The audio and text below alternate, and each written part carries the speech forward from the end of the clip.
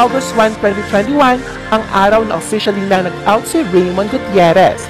Sa isang exclusive mega entertainment na free-nature si Raymond, shinare niya ang mga challenges na hinarap niya bilang isang gay man habang lumalaki at kung bakit natagalan siya nag-out sa publiko.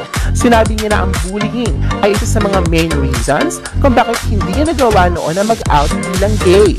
Inamin ni Mon na napakahirap sa kanya na mag-out dahil kailangan niyang i-consider kung paano ito makakaapekto sa imahe na kanyang kapatid na si Richard.